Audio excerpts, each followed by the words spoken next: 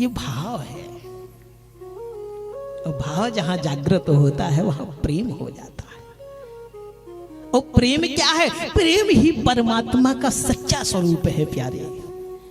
प्रेम जगत में सार और कछु सार नहीं।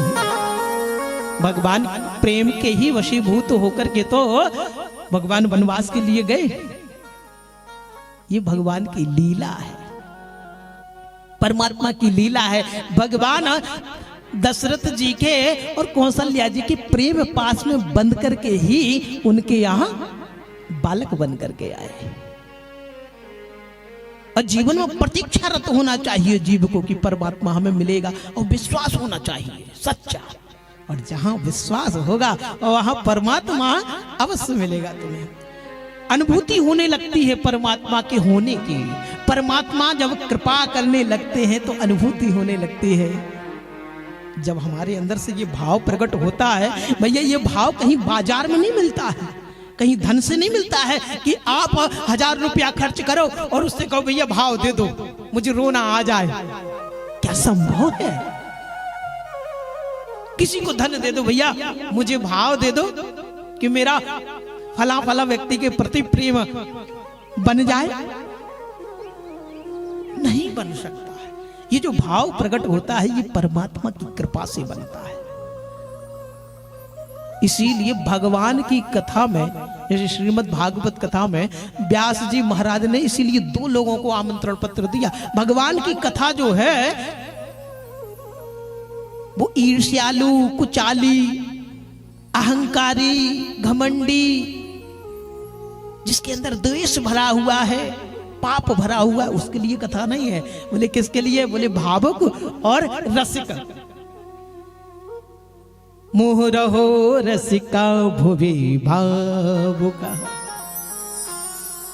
निगम कल्प तरोर गलितम फलम सुख मुखाद अमृत द्रव संयुतम पिबत भागवतम रसमालियम सुख मुखाद अमृत द्रव संयुतम।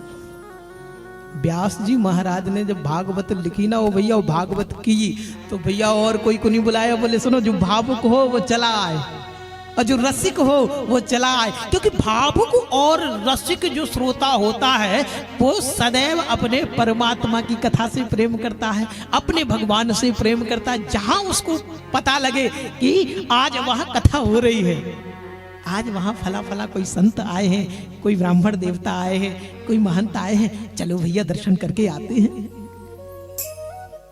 क्योंकि ये जो संत और ब्राह्मण, ये भक्त, ये कौन है?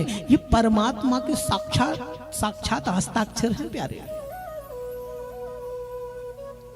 तो यदि अगर कोई काम कराना होता है ना तो कोई एक व्यवस्था होती है कि कोई फार्म भरा जाता है और उस फार्म पर किसी के दस्तखत किए जाते हैं। जैसे कलेक्टर के विभाग का काम है तो उसके दस्तखत होंगे, नगर पालिका का है तो नगर महापौर के दस्तखत होंगे। ठीक इसी प्रकार प्यारे जब परमात्मा से जब काम बनाना हो ना तो किसी संत रूपी, किसी संत भक्त के आपको हस्ताक्षर कराने पड़ेंगे, किसी कथा रूपी हस्ताक्षर को प्राप्त करना पड़ेगा, तब प्यारे भगवान से मिलने का काम बन पाएगा। तो रिश्ता जो है वो परमात्मा से जोड़ो प्यारे। सच्चा रिश्ता केवल परमात्मा से, और अन्यत्र ये संसार के ये सब रिश्ते सब झूठे हैं। बाबा जी कहते हैं स्वार्थ लागे करे सब प्रीति, स्वार्थ लागो करे सब प्रीति, स्वार्थ लागे करे सब प्रीति, स्वार्थ लागे करे सब प्रीति, सुर नर मुनि सबकी यही रीति, सुर नर मुनि सबकी यही रीति, स्वार्थ लागे करे सब प्रीति, स्वार्थ लागे करे सब प्रीति,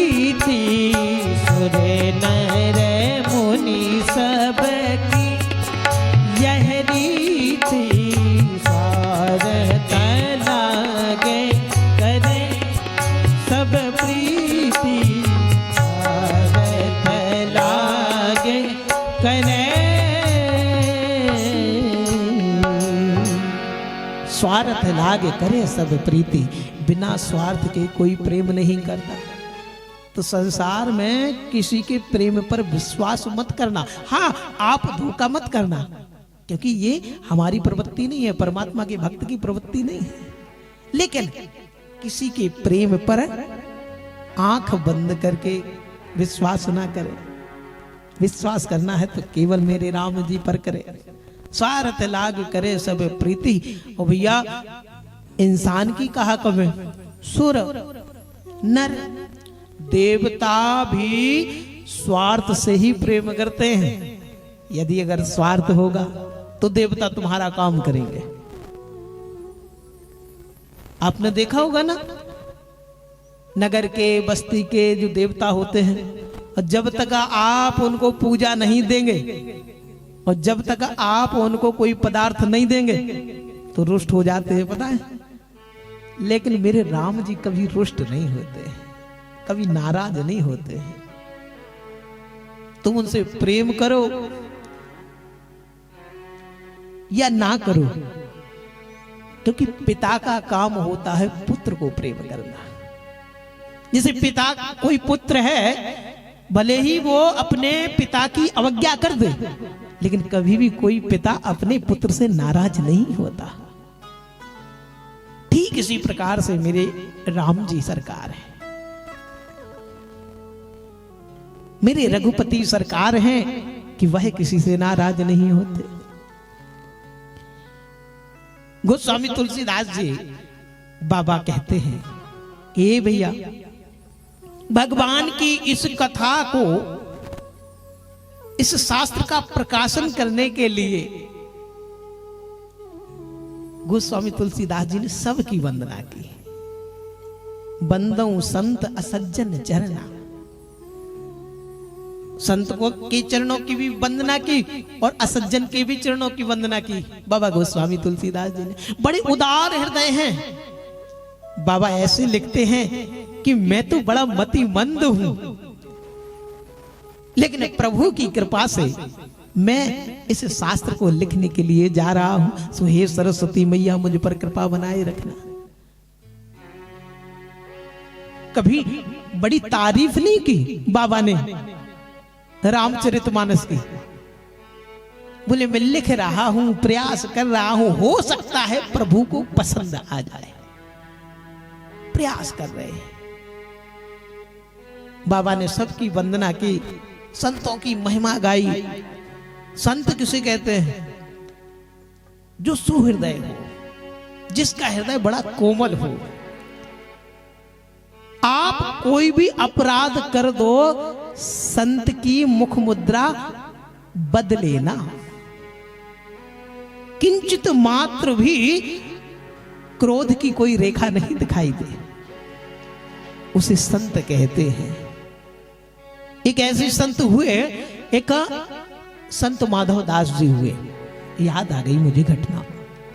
संत माधव दास जी भगवान के अनन्य भक्त, करते क्या थे? भिक्षाटन करते थे, भिक्षा मांगने के लिए जाया करते थे। और संत माधव दास जी सब जगह भिक्षा मांगने के लिए जाया करते थे। तो उस जिस नगर में वो रहा करते थे, तो उस नगर में एक बूढ़ी माता जी थी। उनके यहाँ जैसे ही महात्मा जी जाए, माधव दास जी, तो बताए क्या कहती है? वो गालियां देती है, और गालियां देती, लेकिन फिर भी संत माधव दास बार बार जाते। अब देखो संत का भाव देखो, स्वभाव देखो। संत बार बार जाते, लोग कहने लगे, बोले बाबा इस बुढ़िया माई के लिए काय के लिए यहाँ आते हो? अरे ये आपको कुछ देती तो है नहीं? बोले नहीं, कुछ तो देती है। बोले क्या देती है? गाली के सिवा क्या देती है? संत माधव दास जी कहते हैं, ये बोले वो देती है जो कोई नहीं देता है। भाव देखो, बुढ़िया मैया के यहाँ बार बार संत माधव दास जी आए। क्यों? बुढ़िया बड़ी खींची हुई थी, अपने जीवन से असंतुष्ट थी, क्योंकि इसके बेटे का विवाह हो गया, लेकिन कई वर्ष बीत गए, बेटे के यहाँ कोई बेटा नहीं हुआ। तो खींची रहती थी, कि भगवान ने हमारा ऐसा भाग्य फोड़ा। देखो हमारी जितनी भी अगल बगल में पास पड़ोस में जितनी भी हमारी उम्र की जितनी भी महिलाएं हैं सब दादी बन गई। मैं आज तक दादी नहीं बन पाई, खींची रहते थे। लेकिन कोई संत यदि अगर किसी की असंतुष्टता देख ले तो संत प्रयास करते हैं कि परमात्मा से जुड़ जाइए, और क्योंकि जब तक ये परमात्मा से नहीं जुड़ेगा तब तक इसका कल्याण नहीं होने वाला। संत माधव दास जी बार बार जाया करते। एक दिन क्या हुआ कि संत माधव दास जी गए, वह बूढ़ी मैया पोते से पुताई कर रही थी, और जैसे ही संत माधव दास जी गए बोले क्षाम देहि। बुढ़िया मैया रोज गाली देती थी। बुढ़िया मैया ने विचार किया, बोले ये बार बार आ जाता है, मैं भगा देती हूं लेकिन ये मानता नहीं है। क्या किया, उस बूढ़ी मैया ने वही पुताई करने वाला पोता लिया और संत माधव दास जी की छाती में फेंक करके मारा। जैसे ही फेंक करके वो पोता मारा तो संत माधव दास जी ने उस पोते को पकड़ लिया। संत माधव दास जी ने जैसे ही पोते को पकड़ा और इधर बुढ़िया घबरा गई कि हाय राम, मैंने क्रोध के वश में आकर के यह अपराध क्या कर दिया, एक संत का अपमान। संत माधव दास जी बोले मैया, संत माधव दास भी उत्तर इसी का देगा, और तूने मुझे दिया है पोता, जा तुझे पोता मिलेगा। पोता मिलेगा। और संत माधव दास जी आशीर्वाद देकर के वहां से चले गए।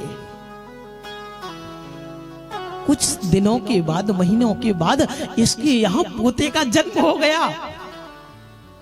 पता है, एक संत के संपर्क में आ जाने से, संत के संपर्क में आ जाने से कल्याण हो गया। बुढ़िया रोती थी कि पोता दियो न प्रेम से, ऋषिवश दीनो मार, ऐसे पुण्यन सो सखी, मेरे पोता खेलत द्वार। अरे मैंने यदि एक पोता फेंक करके, क्रोध में आकर के संत को पोता फेंक करके मार दिया, और उसके बदले में उस संत ने, उस महात्मा ने मेरे यहां पोता दे दिया। अब रोती रहती है। क्यों? क्योंकि कृपा का अनुभव हो गया, जान गई, संत की महिमा जान गई। विचार करने लगी और कहने लगी कि दियो ना प्रेम से, ऋषि बस दीनो मार, ऐसे पुण्यन सो सखी, मेरे पोता खेलते द्वार।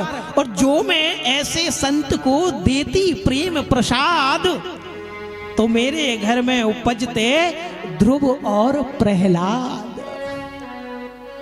यदि अगर मैं उस संत का सम्मान करती और बड़े प्रेम से अपने घर में लेकर के आती, प्रसाद पवाती, तो मेरे घर में ये साधारण संसार का पोता नहीं होता, मेरे घर में भक्त ध्रुव और भक्त प्रहलाद जैसा पोता प्रकट होता।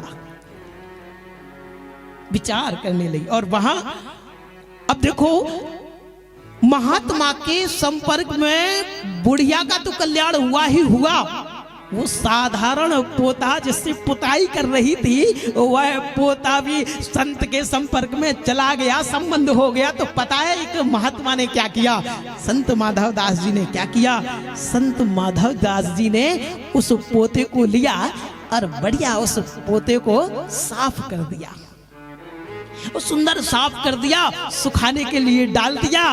और जैसे ही पोता सूख गया, उस पोते को पता है क्या किया, पोते की बाती बनाई,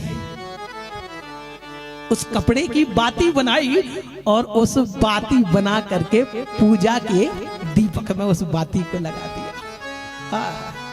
उस पोते का भी जीवन बदल गया। इसीलिए प्यारे, जीवन में संग का महत्व बहुत बड़ा है।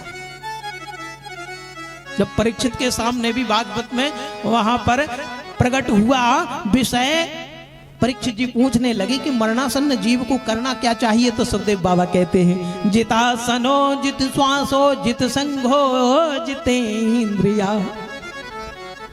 हे परीक्षित, जीवन में